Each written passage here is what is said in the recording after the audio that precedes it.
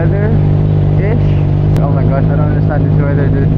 Is it gonna rain or is it not gonna rain? I don't know, who knows? Maybe both. It's both not gonna rain and rain. Philippines. So anyway, what's up YouTube? This would be my first vlog with the ZX25R. It's been a while since I've posted anything on YouTube. I know, I barely post things there, even on Facebook. Hi Facebook and YouTube. Kasi mas active ako sa sa TikTok and Instagram. So you guys can check that out. Same name, Cool Beats Guy. Oh yeah, I used to be Motogov, but I changed my name ever since I got this new sport bike. I don't know, I just want to change my name kasi parang nag-pinch ako sa Motogov for some reason, I don't know. Pero yun, that's my new name now, Cool Beats Guy. Still the same me, still the same guy, just a different name. But yeah, oh my gosh, I'm in love with this bike, guys. I am so in love with the ZX25R that I bought. I swapped with my scooter ADB 160. I'm so in love with this bike, dude. It's just so nimble, you know, it's just so light, but at the same time it's 250cc, so not that much power for that weight na 184 kilos. Like even the Ninja 400 has a better power to weight ratio, I'm assuming, than this bike. Yeah, this is really heavy. 184 kilos versus the, I believe, 164 kilos of the Ninja 400. So, but still, you know, this is a inline 4 screamer, makes about 40 horsepower ish, 43, 40, yeah, I think around 43 horsepower. That's what this little 250cc inline 4 makes. It's really, look at that.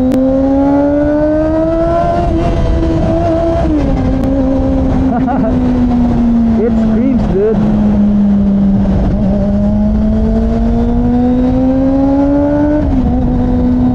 And plus it's got the, you know, Kawasaki auto lift, quick shift, all the fancy schmancy tech that you could want for a sport bike. That's a 4 cylinders, screaming inline 4 as they call it. Grabe, ang saya. This is so fun to ride, man. I love this thing. It's just so nimble when you ride it. It's just so loud, especially that. It's so loud and you don't have to like reach crazy speeds for it to be loud, you know? You don't have to kill yourself to ring this at full RPM. And hey, there's another Ninja over there. Hey, Ninja. Hey, dude. Nice bike. Ninja. I think that's a 250. Or 250 or 300. Yung lumang Ninja na, I think it looks like it's Ninja 300, dude. Ninja 250, akin yung 250, ZX25R eh. Sa kanya, kay kuya, I think it's a 300. It looks nice though. It's got the vintage na headlights. And he's got a top box on a Ninja 300. Okay, I'm assuming it's a Ninja 300, but it looks like it. I don't know, I'm just making a wild guess. Ride safe, man. Oh shit, my mom's calling. Yes. Amo ka dong? Nako sa Espanya. Uli na? Yeah, I'm gonna get a haircut first. Where have you been? In Burger King. I ate lunch in Burger King. I didn't eat lunch yet. With whom? With myself and my bike. Ngita na si Rara, oh. Ngita na si Rara ni mo. Okay. Sige, I'm gonna get a haircut first. I'll see you soon. Asa ka mag-haircut? Sa Noval. Sige. Okay ni mo? Sige na. Bye-bye. Bye-bye. Ingat. Alright, so anyway, that was my mom. Hi, Mom. Don't worry, Mom. I'm not cheating on my wife. She thought I'm out here, you know, eating Burger King with someone else. Don't worry, Mom. The phoenix has found its nest.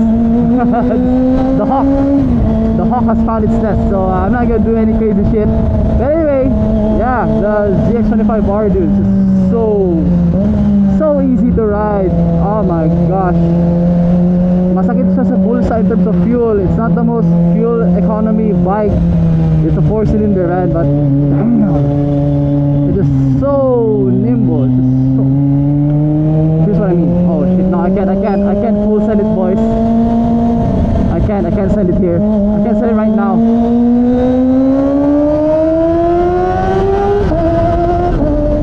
That's it. That's the best I can do.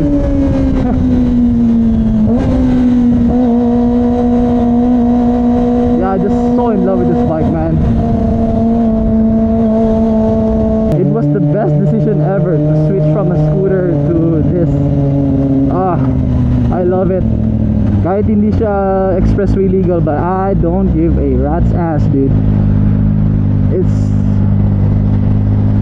I already have a car, so like I can go to the expressway anytime I want, dude. And di naman fan sa touring because I've been to many places na.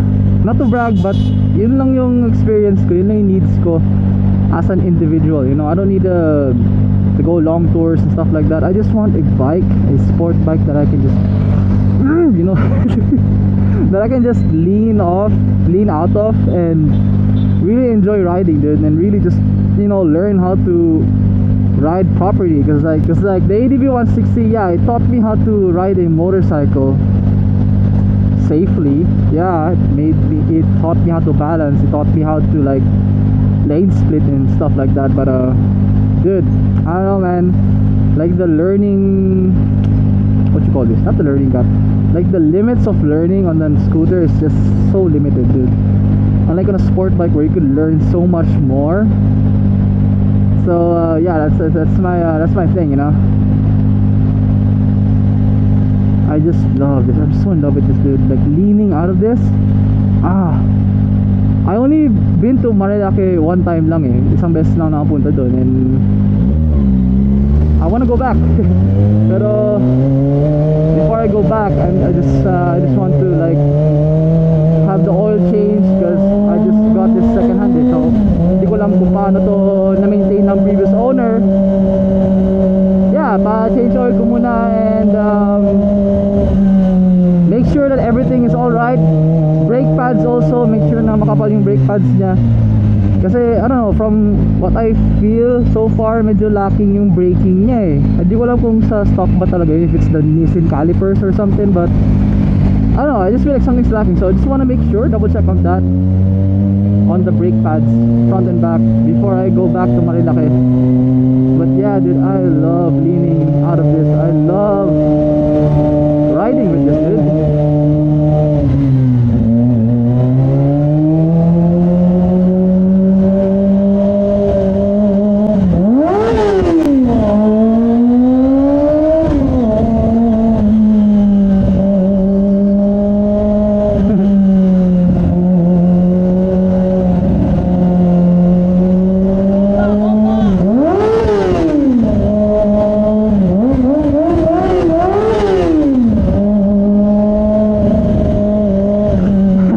Bomba daw eh. Ay na, sarap na. That was so fun. Bomba, bomba.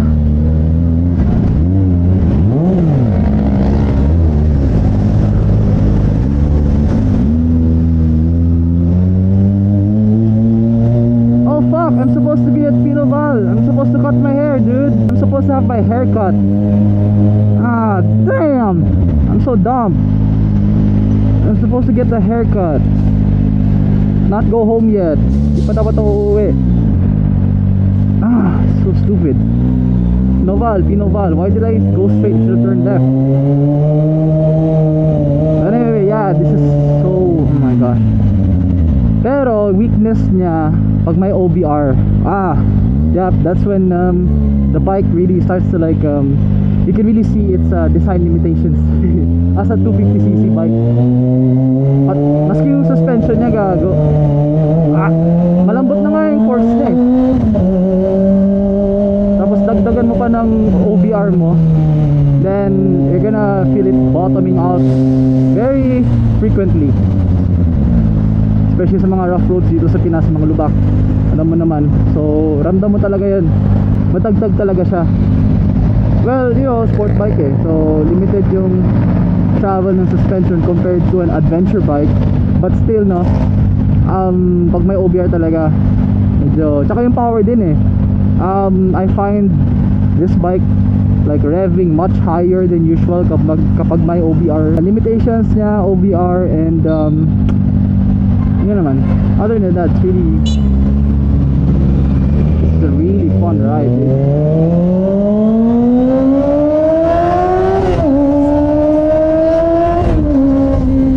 What?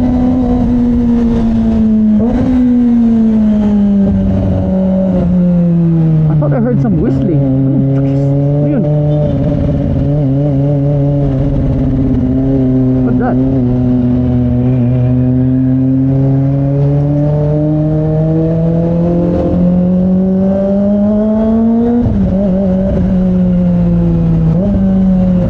What is it? My tires? I don't know, dude. Anyway, yeah. Oh my gosh. It's a fantastic beginner bike to learn on. The ZX25R. Like if you're like me na hindi naman deal breaker mag expressway, and you know you're looking for a bike to have fun, to like scream on, dude, yeah, this might be the right bike for you. Kasi knowing na limited yung stocks ng ZX4R sa Pinas, grabe, laging sold out. Maski yung second hand, like the second hand market of that bike, of the ZX4R, is just crazy, dude. Crazy mahal. Ito naman not bad. Like you could find 25R for 300k or 290, mga ganun. Though mostly naka-listed for 350, 300 plus above on the marketplace, but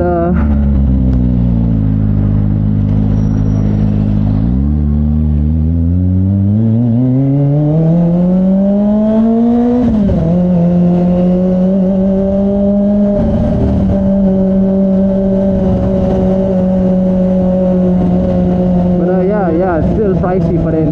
Siyempre 300k na hindi naman expressway legal. So really it's like it's not for everyone. This bike is not necessarily for everyone. Then I fit here. I don't think I can. But can I fit? I can fit there, over there. So dito magpapagupit. Dito may tao. Gonna park over here na lang. Itong side mirror, yun pala the biggest thing that I don't like about this second-hand unit in particular is the side mirror. Napakapangit ng side mirror niya. Naka-stealth, gago. Like, come on man, it's just a 250cc. Why would you put like aerodynamic stuff? Hindi lang pala side mirror yung mga aero nito. Oh my gosh, I'll show you guys the parang mustache na winglet na ewan. Always park in gear. Kumbaga para siyang handbrake eh. Tip ko lang, always park in gear. The number or two things pala, na number one and number two things that I really don't like about this ZX25R are these mirrors. They are really a gimmick and they don't offer that much field of view. And let me show you guys this one. Ano to? Ang pangit. Winglet pa tawag ito, hindi ko alam anong tawag. Basta yung mga aero na yun. I have to get this removed. Kasi ako, I already bought a new side mirror na yun, na ZX10R na side mirrors na Shopee lang. Hindi naman siya genuine, pero I don't give a fuck.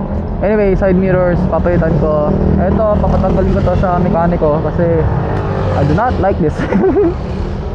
Pero I like this one, yung mga aux lights yan. Very low profile yung MDL nya, MDL at tawag dyan, or auxiliary lights, whatever. This one, dampener, steering dampener, pwede na.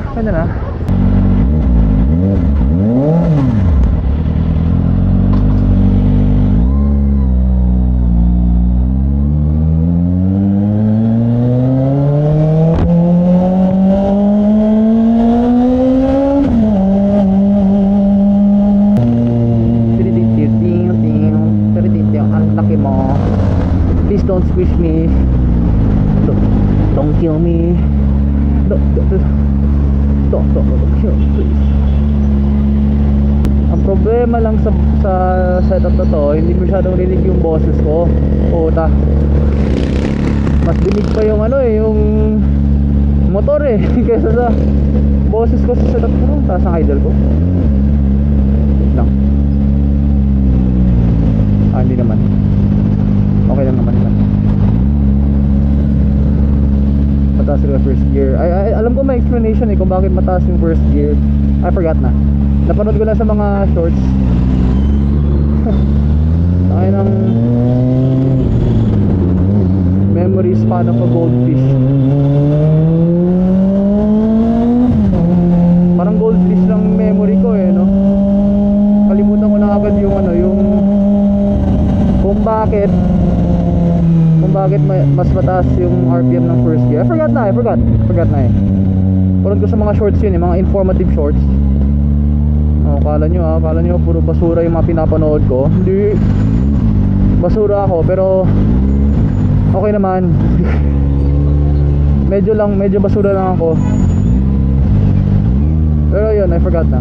I'm probably gonna research later kung bakit mataas ang RPM pag first gear. Pero yun lang naman, ang weird. Siguro dahil sa kaya hindi rinig yung boses ko kasi yung taas ng microphone sobrang layo sa mouse ko. Sobrang layo sa mouth, sa bibig, sa bungang ako. Kaya hindi masyadong rinig. Kailangan kong taasan yung boses ko. Kailangan ko lakasan boses ko para marinig ng microphone ang aking boses.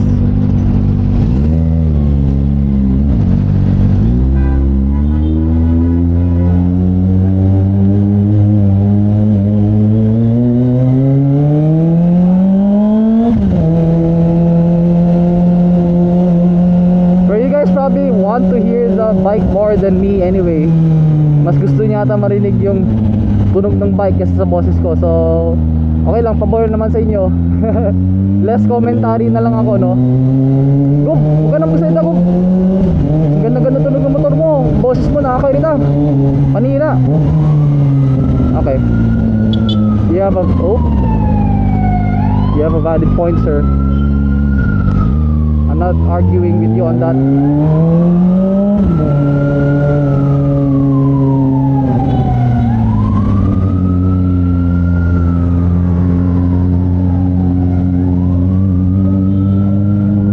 So yeah, less talking na lang ako, more riding. Less talking, more on screamer na sound. No more showing off your personality. Nah bro, your personality now is the bike. So yun naman yung muntik na ako dun yun naman yung problem sa setup ko ngayon.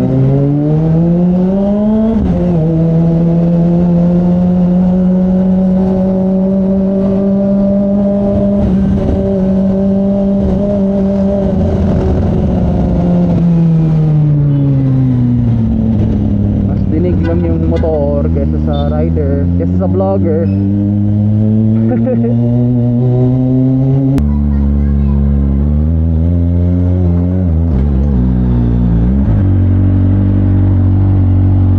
Then there, perfect. That is how you park your bike in an inclined area. Inclined parking. Okay. Napaka-challenging mag-park dito. Pero ayun talaga. Sport bike to more. Knowing na medyo alanganin yung parking area mo. It's okay. Gusto ko to Gusto ko to. Peace out.